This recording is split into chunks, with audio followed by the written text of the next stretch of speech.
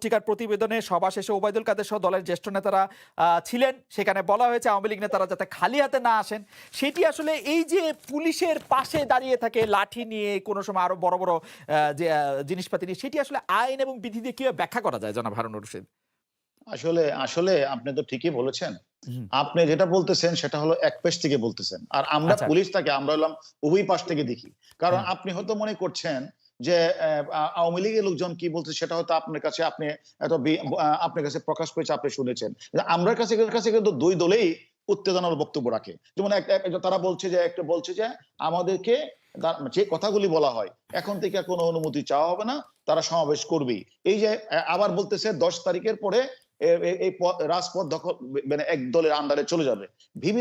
আমার কথাটা হচ্ছে আওয়ামী লীগের মতো রাজনৈতিক দল কি বলেছে, বিএনপির মতো রাজনৈতিক দল কি বলছে সেটা আমার বিবেচ্য বিষয় না, মুখ্য বিষয় না। কারণ তারা কি বলেছেন এই উত্তরটা আমি দিতে পারবো না, কারণ তারা যে তাদের বক্তব্যটা তারাই দিয়েছেন এবং তারাই বলতে পারবে। তবে এটা ঠিক, আপনাকে আমি একটা কথা বলি, সবসময় বলি, আমরা পুলিশ কাজ করি আমাদের একটা আইন কানুনের মধ্য দিয়ে। আমরা আমাদের সামনে সিআরপিসি আছে, পিআরবি আছে, এটা মেনে আমরা কাজ করি। আমরা মনে করি কেউ অবৈধ কাজ করলে তাকে আমরা যেমন ছাড় দিই না, আমাদের সামনে আমরা মনে করি এরকম কেউ লাঠি নিয়ে ঘুরলে আমরা তাকে ছাড় দেবো এটা মনে করি না। কিন্তু পাশাপাশি আপনি লক্ষ্য করেন যে আমরা যখন 7ই ডিসেম্বর আপনি যে কথাটা বলছেন একটা যে বিভিন্ন মুস্তাফিজ ভাই বলেছেন, এখন বিভিন্ন জায়গায় তো আমরা দেখেছি, কিশোরগঞ্জে দেখেছি, বিভিন্ন জায়গায় দেখেছি পুলিশের উপরও তো এক দলের কর্মীরা হামলা করেছে। আমরা হলাম আসলে রাজনীতি দল এখন সবাই, পুলিশ হচ্ছে থ্যাঙ্কসলেভ জব, সেখানে সবাই বিভিন্ন দল সবার তাদের প্রতিপক্ষ হচ্ছে, এটা দীর্ঘদিনের কালচার বাংলাদেশে। যে দল ক্ষমতা থাকে সে দল কিছু বলে না, বিরোধী দল পুলিশের বিরুদ্ধে বলে। আবার যখন আওয়ামী লীগ যখন বিরোধী ছিল তখন আওয়ামী লীগ পুলিশের বিরুদ্ধে, আবার যখন এইভাবে পুলিশের। জনাব হারুনুর রশিদ, আমি তো আইন কানুন মানে মনে থাকে না আপনার মতো, আমি শুধু জানতে চাইছিলাম যে এই যে যুবলীগের লোকেরা এখানে বসে আছে, আমি জানি না আপনি দেখতেছেন কিনা, আপনি নিশ্চয়ই খবরটা পড়ছেন যে তারা বসে আছে কিন্তু থানা স্ট্যান্ডের পাশে এই অবস্থান কর্মসূচি পালন করতেছেন কারা? দুই লাঠিটা এরকম মোটা এরকম। আমি একটা কথা বলি, এখানে থানার পাশে যদি বসে থাকে, আমাদের পুলিশের কাছে যদি সুস্পষ্ট অভিযোগ আসে যে তারা এক নাশকতা করার জন্য, কোন দল এটা আমার দেখার বিষয় না, তারা যদি পাশে বসে থাকে, আমাদের কাছে যদি খবর আসে তারা নাশকতা করার জন্য সেখানে সংগঠিত হয়েছে, অবশ্যই তাদের বিরুদ্ধে আমরা আইনগত ব্যবস্থা। আপনি নাশকতা কোনটাকে বলবেন? তারা বলছেন যে জামায়াত বিএনপি যাতে নৈরাজ্য করতে না পারে সেজন্য লাঠি হাতে আমরা অবস্থান নিয়েছি। আপনি কোনটাকে আমি তো একটা কথা আপনাকে বললাম যে কোন রাজনৈতিক দল, কোন রাজনৈতিক নেতৃবৃন্দ তারা তাদের কর্মীদেরকে চাঙ্গা করার জন্য তারা কোন সময় কি বক্তব্য দিবে সেই ব্যাখ্যা তো আমি দিতে পারবো না। আমি শুধু এটাই বলতে পারি যে আইনের বাইরে কেউ আইন ভঙ্গ করে কোনো কাজ করলে সেক্ষেত্রে আমরা ডিএফবি, ঢাকা মেট্রোপলিটন পুলিশ, বিশেষ করে ডিবি থানা পুলিশ কেউ ছাড় দিচ্ছে না এবং ছাড় দিবে না। আমি একটু 10 জনের নাম এটা খুব বাস্তবতা বিবর্জিত একটা তথ্য খালেদ ভাই। এটার কোন ধরনের বাস্তবতা থেকে আপনাদের জায়গা থেকে আপনি তো অবশ্যই প্রশ্ন করবেন, আমি প্রশ্ন উত্তর নিব, আপনার সবগুলো প্রশ্ন উত্তর দিব। সেটা হচ্ছে আমরা প্রত্যাশা করবো আপনাদের জায়গা থেকে যেন বস্তুনিষ্ঠ সাংবাদিকতা, যে সাংবাদিকতার জন্য খালেদ মহিউদ্দিনরা বছরের পর বছর ফাইট করে যাচ্ছে, সেই ধরনের সাংবাদিকতা, ক্ষমতাকে প্রশ্ন করার সাংবাদিকতা অব্যাহত থাকবে। তবে সেটা যেন ক্লিকবেট জার্নালিজম না হয়, যেমন ক্লিকবেট জার্নালিজম ব্যক্তিগত ক্যারেক্টার অ্যাসাসিনেশন জার্নালিজম যেন না হয়। আপনার কথা কি শেষ? আচ্ছা, আমি একটু দুইটা জিনিস একটু ক্লিয়ার হই।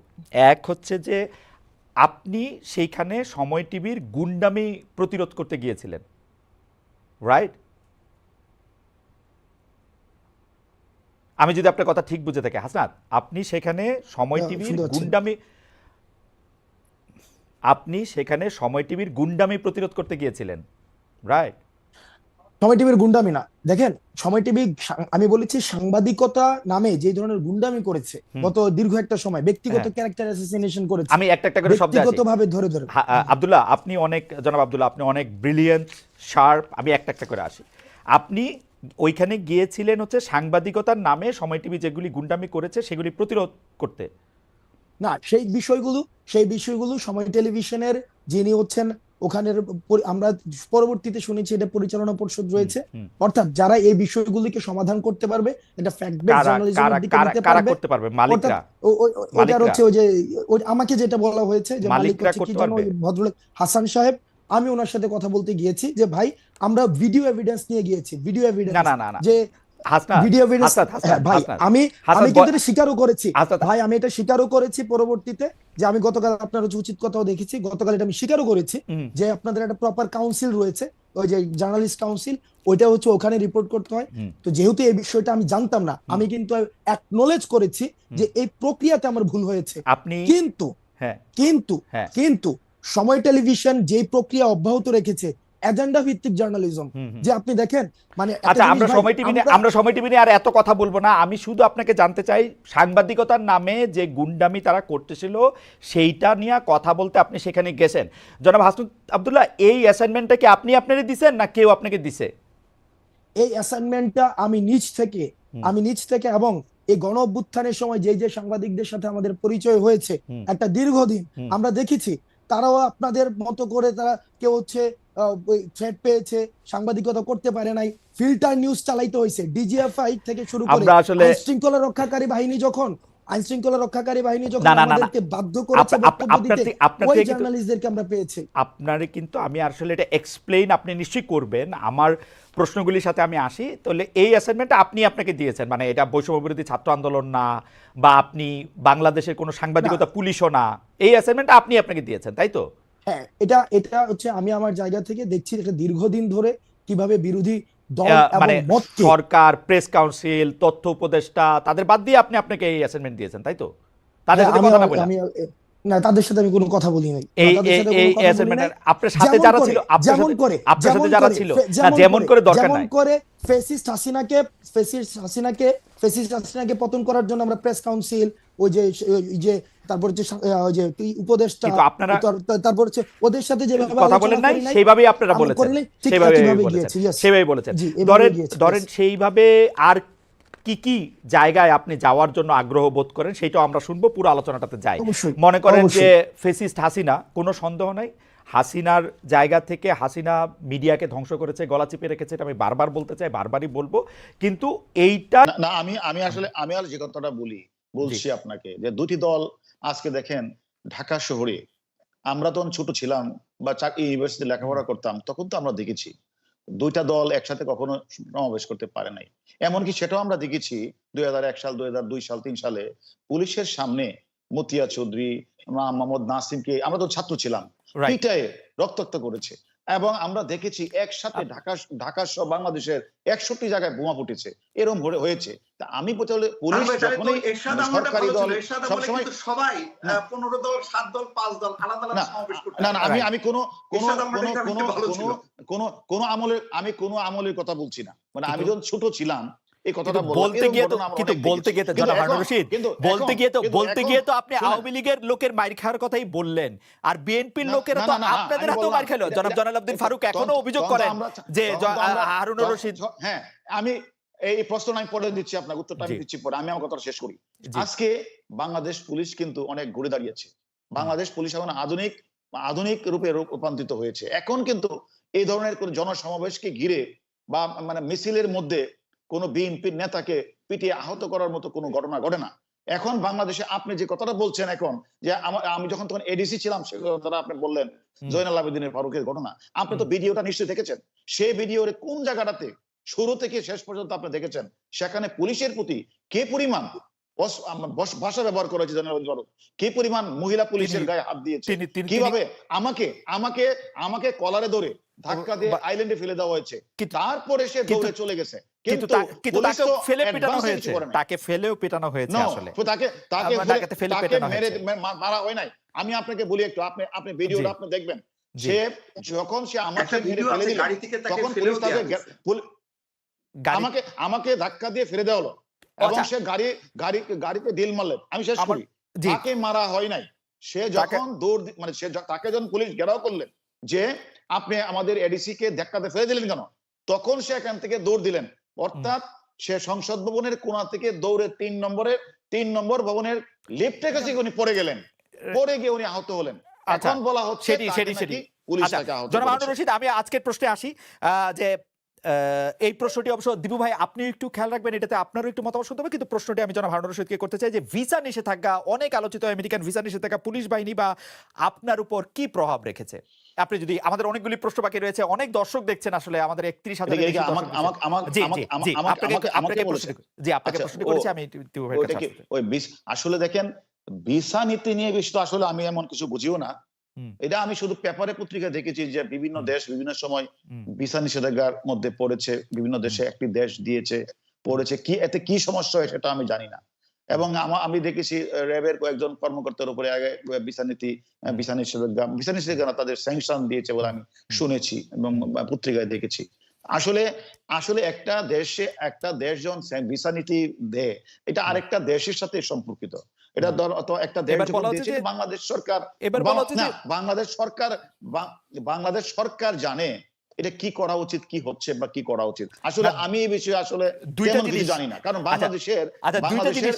বাংলাদেশের 99.99% লোক তারা ঢাকা সরিয়ে আসতে পারে না। আচ্ছা, ঢাকা সরিয়ে আসতে পারে না। দুইটা জিনিস তারা ওই দুইটা জিনিস আমি এই প্রসঙ্গে জানতে চাই। প্রসঙ্গ নম্বর ১, এর আগে আমরা দেখেছি যে এরকম বড় করে সমাবেশ করেছিল ১০ই ডিসেম্বর ২০২২ সালে বিএনপি। সেই সমাবেশের আগে ৭ বা ৮ ডিসেম্বর আমরা বিএনপির কার্যালয়ের মধ্যে হামলা দেখেছি। আমরা দেখেছি যে, মানে হামলা বলা ঠিক হবে না, পুলিশি অভিযান দেখেছি। সেই পুলিশি অভিযানের মধ্যে গ্রেপ্তার দেখেছি, অনেক রকম আরো অনেক বেশি কষ্ট দেখেছি। এবার আমরা দেখি নাই, অনেকে বলছেন ভিসা নীতি আসছে বলে, ভিসা নীতি প্রয়োগ করা শুরু হয়েছে বলে পুলিশ এবার অনেক সংযত। এই বিষয়টি আপনি আর বলবেন। দ্বিতীয় যেটি বলবেন জনাব হারুনুর রশিদ, আমরা শুনেছি যে মার্কিন যুক্তরাষ্ট্রে আপনার অনেক যাওয়া আসা আছে। আপনার উপরে কি মার্কিন যুক্তরাষ্ট্র কোনো নিষেধাজ্ঞা দিয়েছে কিনা, মানে আপনি এটি আমাদের বলবেন কিনা আমি জানি না, বাট আসলে আমরা এটি আমাদের অনেকে আপনার কথার মধ্যে কিন্তু সাংঘর্ষিক হচ্ছে। একটু আগে আপনি বললেন যে আমরা পুলিশ লীগ হয়ে গেছি, আমরা সকল মানুষকে গ্রেফতার করে ফেলছি, আমরা আইন বহির্ভূত কাজ করছি। আবার বলতেছেন এখন যে আমাদের উপরে ভিসা নীতি আছে বলেই আমরা এখন কিছু, তার মানে আমরা এখন তাহলে এগুলি করছি না। এটা আপনার কথা মনে হচ্ছে যে কথাগুলি আসছে, এটা এক ধরনের একটা অভিযোগ। কম করছি না, এটা হলো একটা, মানে আমরা করি নাই, মানে আমরা এখন ভালো, আমরা এখন সবগুলি দল সমানভাবে অংশগ্রহণ করে তারা নিশ্চিত নিরাপত্তার মধ্য দিয়ে তারা সমাবেশগুলি করছে। এখন লাইনে প্রশ্ন আমি লাইনে আসছি ব্রাদার, আপনি আমার প্রশ্নটার উত্তর দেন। এটা আমার প্রশ্নটা একটাও, ইউ নো মি, এর একটা আমার কথাটা বলেছেন। এখন আমার কথা হলো, তার মানে যে আমরা সবসময় আমাদের আইনগত প্রক্রিয়া, আমি আগেও বলেছি, আমরা সবসময় বাংলাদেশ পুলিশ, আমি বলেছি এখন বাংলাদেশ পুলিশের জনবল বৃদ্ধি পেয়েছে, আমরা আগের চেয়ে অনেক দক্ষ, আমরা আমাদের যে বিভিন্ন ইনস্ট্রুমেন্ট, বিশেষ করে সাইবার ওয়ার্ল্ডের দিকে আমাদের পুলিশের দক্ষতা অর্জিত হয়েছে, আমাদের উন্নত প্রযুক্তির অস্ত্র আমরা ব্যবহার করছি, যার কারণে বাংলাদেশ পুলিশ এখন যে কোনো ঘটনাকে অত দ্রুত সময়ের মধ্যেই কন্ট্রোলে নিয়ে আসা তার ক্ষমতা রয়েছে। যার কারণে আপনি দেখবেন ঢাকা শহরে যত ঘটনা ঘটছে, যে কোনো ঘটনায় আমরা কিন্তু আমরা তাদেরকে গ্রেফতার করছি। কিছুদিন আগে দেখেন ফ্লাইওভার ঘটনাটার 3 দিনের মাথায় আমরা সকল ডাকাতকে গ্রেফতার করছি। তার প্রশ্নটা হচ্ছে, আমরা বাংলাদেশ পুলিশ সবসময় কাজ করি আইন কাঠামোর মধ্য দিয়ে। আইন শৃঙ্খলা বাহিনী হিসাবে আমাদের সরকার, আমাদের প্রতি যে বিধিনিষেধ আছে, আমাদের প্রতি পিআরবি আছে, সিআরপি আছে, সেটা মেনটেন করে আমরা কাজ করি বলেই এখনো পর্যন্ত আপনি লক্ষ্য করেছেন ঢাকা শহরের কোথাও বড় বড় রাজনৈতিক দল অনেক সমাবেশ করা সত্ত্বেও কোথাও কোনো অপ্রীতিকর ঘটনা ঘটে নাই। এবং কালকের সমাবেশটা আপনি দেখবেন খুব সুন্দরভাবে, সুষ্ঠুভাবে, আমি আশা করি সুন্দরভাবে সম্পন্ন হবে। 2022 সালের ডিসেম্বর মাস থেকে 2023 সালের অক্টোবর মাসের যে পরে 5 মাস পরে এসে, 4.5 মাস পরে এসে হাসনাত আব্দুল্লাহর মনে হয়েছে যে সাংবাদিকতা নামক করা গুন্ডামি করতেছে, এখন হাসনাত আব্দুল্লাহ নিজেকে অ্যাসাইন করেছে ওইখানে গিয়ে তাদেরকে বলে আসতে হবে কথা, তাই তো? এবং খালেদ মহিউদ্দিন এটা ভুল করেছে যে 10 জনের তালিকা হাসনাত আব্দুল্লাহ ধরায় নাই। 5 জনের কথা কি বলেছে? 5 জনের কথা কি বলেছে? না, আমি কোন সাংবাদিক আপনি কি বলেছেন? খালেদ ভাই পুরো প্রক্রিয়া, মানে অর্থাৎ ওখানে যাওয়ার প্রক্রিয়াটা, যেটা সাংবাদিকতা নীতি বিরুদ্ধ বা আপনাদের একটা প্রেস কাউন্সিল আছে, বা এটা আমি জানতাম না। ওই প্রক্রিয়া নিয়ে যদি আপনি কথা বলেন, সেটাকে আমি সমর্থন জানাবো এবং আমার ভুলের জায়গাটা আমি অ্যাকনলেজ করব। কিন্তু পার্টিকুলারলি যেই জায়গায় প্রবলেমটা, যেই জায়গায় আমি আপনাকে ইস্যু ধরেছি, আমারে যদি আপনি জানতে চান আব্দুল্লাহ, জনাব আব্দুল্লাহ দেখেন, আমি আপনাকে সাংবাদিকতার কথা বলি। সাংবাদিকতা দুই রকম, আমি বলি আমাকে কথা বলতে দিন। হ্যাঁ, বলেন, শেষ করে আমাকে বললেন। কারণ খালেদ ভাই, আপনি পুরো প্রক্রিয়াতে অবশ্যই যে সবচেয়ে বড় অপরাধ করেছে তারও যথাযথ বিচার প্রক্রিয়ার মধ্য দিয়ে তার বিচার নিশ্চিত হতে হবে। এটার সাথে ফুললি এগ্রিড, বিষয়টার সাথে আমি এগ্রিড না। আপনি প্রমাণ ছাড়া আপনি বলেছেন যে 10 জনের লিস্ট হাসনাত আব্দুল্লাহ ধরাই নিয়ে আসছে, আমি একজনের কোনো লিস্ট দেয় নাই। সেখানে হাসান সাহেবের সাথে কথা হয়েছে, সেখানে তারেক জিয়াকে কিভাবে পার্সোনালি অ্যাটাক করা হয়েছে, 21শে আগস্ট কিভাবে রিপোর্ট করা হয়েছে। আমি আপনার সাথে একমত আব্দুল্লাহ, আমরা অনুষ্ঠানটা আগাই। আমি আপনার সাথে একমত যে 10 জনের লিস্ট আপনি ধরান নাই, আপনি একজনের লিস্টও ধরান নাই, কিন্তু আমি আমার অন মাই ডিফেন্স আমি শুধু বলে রাখতে পারি যে 2 ধরনের সাংবাদিকতা আছে, একটা হচ্ছে সাবজেক্টিভ, একটা হচ্ছে অবজেক্টিভ। আমি যখন আমার মত দেই, এটা আমার মত, এখন আপনি আমার মতরে আপনি চ্যালেঞ্জ করতে পারেন, আমার মততে আপনি আলাদাভাবে জিজ্ঞেস করতে পারেন। আমার মতের বিরুদ্ধে যখন আপনি আপনার মত দিচ্ছেন, আমি এটা প্রচার করতে চেষ্টা করছি আমার জায়গা থেকে, এখন আমি এটা চেষ্টা করতেছি, আপনি তো এখানে আসছেনই। আমরা অনুষ্ঠানের মধ্যে দিয়ে সামনে দিয়ে আগাই, কারণ এটা আসলে এই কিছু কথা তো আপনার থেকে আমরা শুনতেই চাই। সেইটা হচ্ছে যে ধরেন 158 জন সমন্বয়কের মধ্যে যে আপনি আহ্বায়ক নির্বাচিত হয়েছেন, এটা কোনো বা নির্বাচিত হয়েছেন কিনা, এটা কি প্রক্রিয়ার মধ্যে দিয়ে হয়েছে? ওকে, 158 জনের দেখেন, এই যে অভ্যুত্থান পরবর্তী সময়ে সমন্বয়ক নামে আমরা বারবার বলেছি, সমন্বয়ক নামে বিভিন্ন জায়গায় হচ্ছে চাঁদাবাজি, তারপরে হচ্ছে বিভিন্ন জায়গায় অ্যানোমালিস ক্রিয়েট হচ্ছিল। এখন দেখেন, বিপ্লব যখন হচ্ছে গণ অভ্যুত্থানের সময় বিভিন্ন হচ্ছে কন্ট্রিবিউশনের ভিত্তিতে আমরা সমন্বয় করেছিলাম, তখন দেখা যেত কি সমন্বয় খুঁজে পাওয়া যেত না, রিস্ক নিতে চাইতো না। কিন্তু অভ্যুত্থান পরবর্তী সময়ে সবাই সমন্বয় পরিচয় বিভিন্ন জায়গায় একটা অথরিটেটিভ একটা মনোভাব নিয়ে যেতে যাচ্ছিল।